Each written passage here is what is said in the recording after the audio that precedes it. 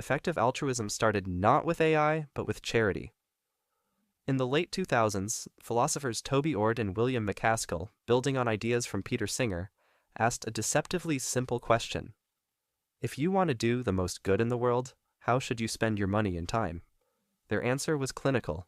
Use evidence to identify the highest impact causes, then direct resources there. Ord pledged to donate everything he earned above roughly $18,000 a year. MacAskill published Doing Good Better in 2015, a kind of handbook for the movement. Early EA focused on global poverty, malaria nets, deworming, causes where a dollar could be measured against lives saved. But a shift happened. Researchers at organizations like the Future of Life Institute began arguing that the biggest threat to humanity wasn't present-day suffering, but future catastrophe. And increasingly, that meant artificial intelligence. The logic: if a superintelligent AI were ever built without proper safeguards, it could pose a risk not just to millions of people, but to all people, permanently. Even a small probability of that outcome, multiplied by the scale of the loss, made AI safety one of the most important causes in the world. By the early 2020s, EA adherents occupied positions at OpenAI, Anthropic, and DeepMind. They pushed for alignment research, work aimed at ensuring AI systems reliably do what humans actually want, and for regulation that would slow development until safety could catch up. But not everyone agreed. Effective accelerationism, usually written as EATR-AKC, emerged around 2022 as a direct reaction to EA's growing influence over AI policy. Its intellectual roots trace to the British philosopher Nick Land, who, in the 1990s, wrote about capitalism and technology as forces that should be unleashed rather than constrained.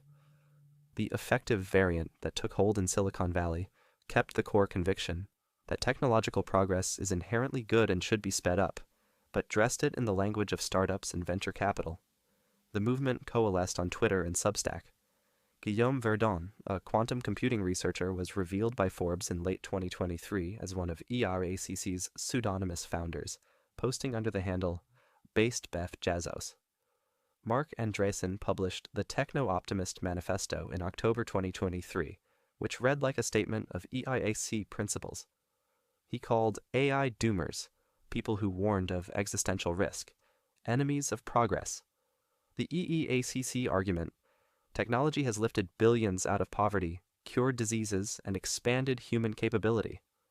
Slowing AI development doesn't eliminate risk. It just hands the advantage to less cautious competitors, including authoritarian governments.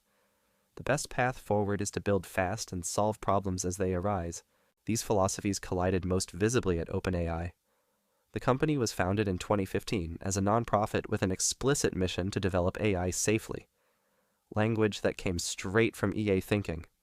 But OpenAI needed billions in compute and talent to compete, which led to a capped profit subsidiary and a partnership with Microsoft reportedly worth $13 billion. Sam Altman pushed aggressively to ship products: GPT-4, ChatGPT, the APIs powering thousands of startups. To the safety-minded board, this looked like acceleration, winning inside an organization built to prioritize caution.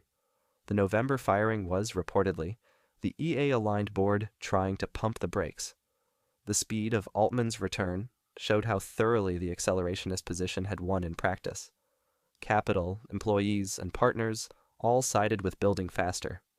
EA advocates point to concrete risks: models generating convincing disinformation, autonomous systems deployed without adequate human oversight, wealth concentrating among those who own the models.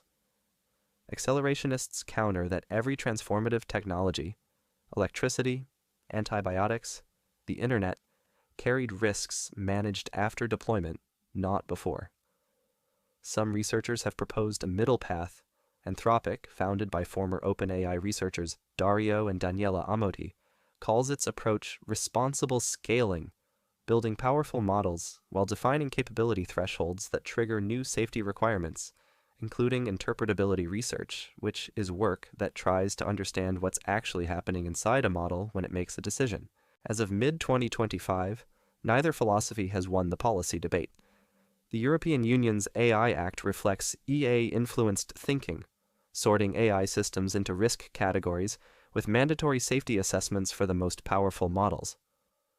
In the United States, lawmakers cite the race against China as a reason not to slow down, an argument straight from the ACCELERATIONIST playbook. Meanwhile, the movements themselves have blurred. Some EA organizations fund capabilities research alongside safety work. Some ACC proponents acknowledge that autonomous weapons and massive surveillance do warrant restrictions. The clean ideological divide has gotten messier as both sides confront the same reality. AI systems are being deployed at scale, right now. The labels may fade. The underlying disagreement, whether humanity's greatest risk is building too recklessly or building too slowly, is not going anywhere. So which side do you lean toward? Do you think the bigger danger is moving too fast with AI or too slow and letting others set the rules? Drop your answer in the comments. I'd genuinely like to know where this audience lands. If you enjoyed this video, subscribe for similar ones. Subscribe for more stories about the people, companies, and ideas that shaped modern technology.